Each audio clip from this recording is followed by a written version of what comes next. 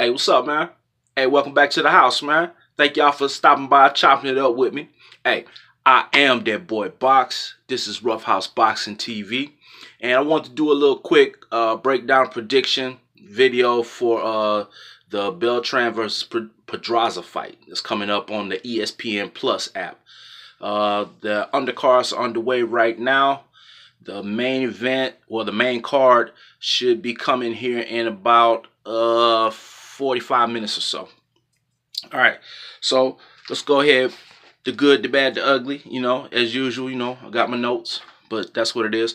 Watched three fights on each fighter, so got a pretty decent breakdown. Now, both of these fighters are sort of opposite styles. Ray Beltran is more of the puncher and brawler, if you would. That boy Pedraza is the sniper. Works off the jab, good jab, but not the power puncher. Doesn't have the KO power that Beltran has. So notable loss for Beltran will be against Terrence Crawford. Terrence did that boy pretty bad. Notable loss for Pedraza was Tank Davis. Tank Davis annihilated that dude. And it's funny, when I was watching their fights, the first fight I watched Pedraza's was the Terrence Crawford fight, in which he looked horrible. And then the first fight I watched the Pedraza's was the Tank Davis fight, in which he looked horrible. So it was really hard in the beginning to make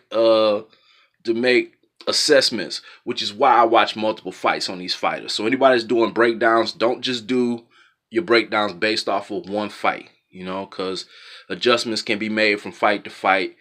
Fighters learn lessons. Some fighters make changes. So there we go. All right, so we're going to go with the good, the bad, the ugly. Let's start with Beltran. Ray Beltran coming in with a record of 35-7-1, 21 KOs. Good. He has pretty good head movement. Especially early on in the fights. Has a very good left hook. That's his money shot right there, is that left hook. If he can connect that, it could be night-night for that boy Pedraza. He's an effective body puncher. Has a decent jab. Not a super sharp, super crisp jab, but it's effective. He's a decent combo puncher, especially to the body. He loves to work the body. Has a good chin.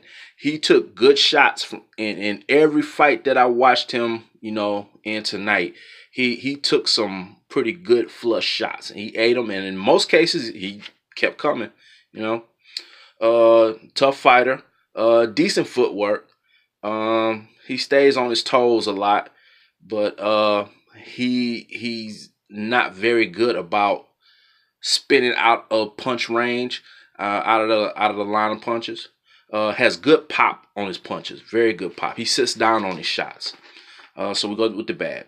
He has trouble getting inside of fighters with an effective jab. And he does his best work in the phone booth. Struggles with athletic fighters, such as Terrence Crawford. He didn't seem to, he wasn't able to crack the code and solve the puzzle that was Bud Crawford. See, like I said, most effective in the phone booth. So from outside, he doesn't initiate much offense. Any offense that he initiates outside is done in order to get inside. That way he can really do what he wants to do. His defense has holes in it. He was hittable. He was very hittable. In all the fights that I saw, he was hittable, whether outside or inside. But yeah, he doesn't, for a person that moves his head as much as he doesn't slip punches very well. That kind of puzzled me. He just moved his head to confuse the opponent, but he wasn't moving his head in order to evade shots. And he was timable, he was hittable, and he got hit quite a bit in the fights that I saw. All right, on to Jose Pedraza. He has a decent right hook, which is one of his favorite shots. He's a tough fighter. He's got a good motor. He's got good hand speed with a good combination puncher. And that's one thing that I noticed, is that he will let the punches fly in bunches.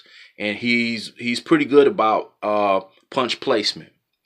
See, he's What we got here? Looks to break the body down. He's also just like Beltran. He likes to focus on the body as much as he can, but he's effective up top as well.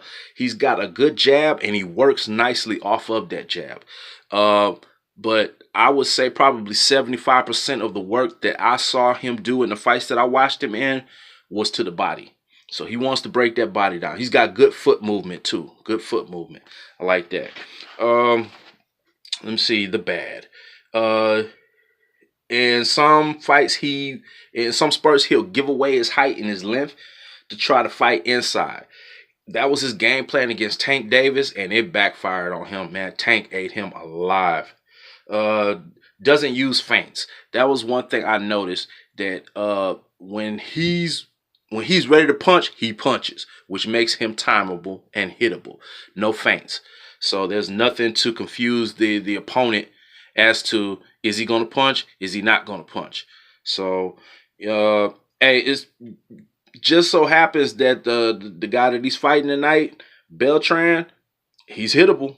So when he wants to punch, he's going to land some of these shots. Let's see. He, like I said, timeable and hittable. I got that on there. Not a power puncher.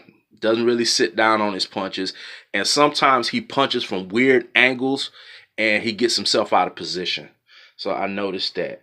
Now, all that being said, out of the two fighters and what I saw them do, I'm going to say Pedraza by majority decision. And the reason I'm going to say that is because as hard of a puncher as Beltran is, I like Pedraza's toolbox better. He's able to do more things. He's fundamentally sound in more areas, and he seems to have more tactics in his toolkit. So I think he's gonna outbox Pedraza and outbox Beltran. And like I said, Beltran has problems with athletic fighters that are able to move, fighters that are able to counter, and things like that. So, like I said, Pedraza by majority decision. And I actually flipped the script because while I was watching the videos, after I finished my my analysis and breakdown, I had Beltran winning by KO. But the more I thought about it, I could see Pedraza just target practicing him all night. And like I said, coming out on points, Pedraza by majority decision. But if that boy Beltran can catch him with that left hook, like I said, it could be night-night. But that's what's up. Hey, want to say shout out to the whole Ldbc. You know what I'm saying? Salute to everybody. Getting ready to jump back over to Marlo's corner and catch some more of that bare knuckle fighting commentating that they're doing right now. But this is my prediction, my breakdown, my analysis for Beltran versus Pedraza.